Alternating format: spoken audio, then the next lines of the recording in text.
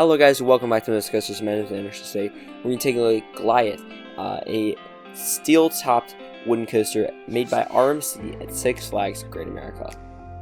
Now, before we start, I just want to remind you to subscribe. I don't ask very often before videos, but 90% of you aren't subscribed, and if you subscribe, it really helps the channel, so please do it. Anyway, let's get to it. So I always start with the ride experience, and you start out with a left turn into the lift.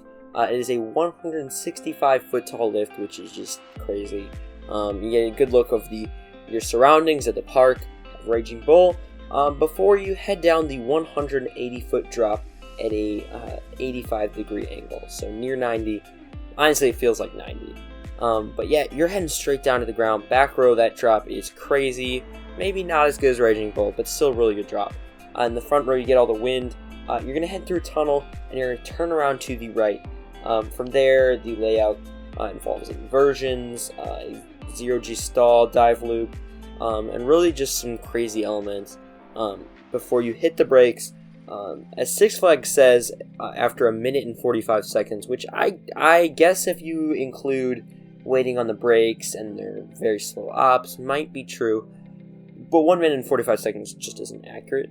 I can't possibly think it's 1 minute 45, but you never know.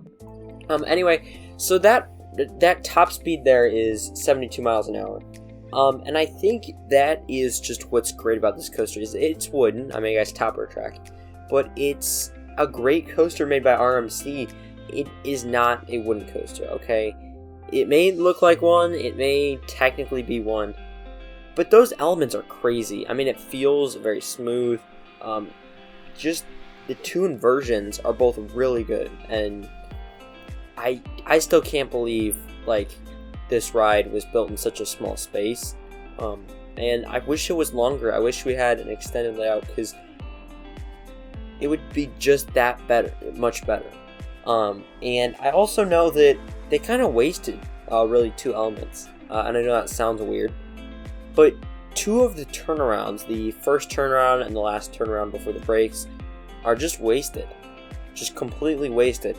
And if they'd put in two more inversions, I think nobody would be disappointed with this ride, even with its short time.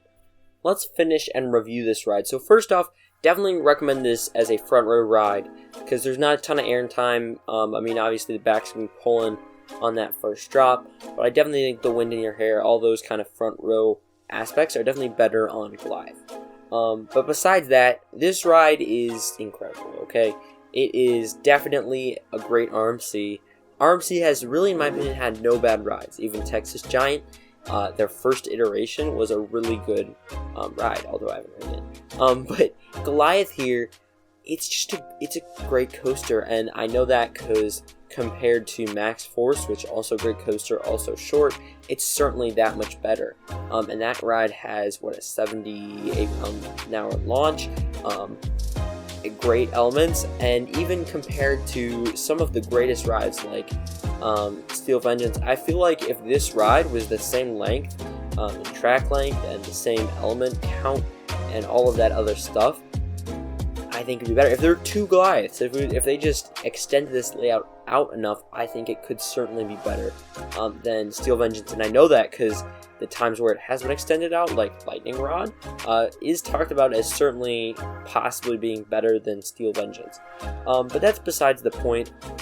I think there's a lot of people who hate on this ride for being short, and the only reason that people don't like the ride is short is because of how long people waited to get there. The lines for Goliath are consistently some of the longest in the park, sometimes longer than Maxx Force, often longer than Raging Bull, and I think that proves that this is honestly the best coaster in the park in the eyes of the public. So because of that, it always has the longest lines, and that's really unfortunate for myself. However, if you are going, again, recommend the front row. I also do recommend single rider line if you haven't done it before. Try and get the single rider line if it is open, if it's staffed or whatnot. It's going to get you essentially skipping most of the lines, most of the 45 minutes or whatever. And it really, then you're just getting in there. You might not be with your friends or your family, but you're going to get that ride faster. And from my experience, Yes, you do not get to ride with your friends. You do not get to ride with your family. You might be with a person who you don't want to sit next to. But it's far better to get on the ride in 15 minutes than 2 hours, and then just talk about it with your family after you ride, than wait all that time in the line for a ride. I mean, for a ride that's 2 minutes long, less than 2 minutes long. So anyway, I want to hear your guys' thoughts of this ride. Now that's going to be it for this video. If you guys have any thoughts you want to share with me, put it down below, and I appreciate all of your comments. I will see you guys in the next one. Goodbye.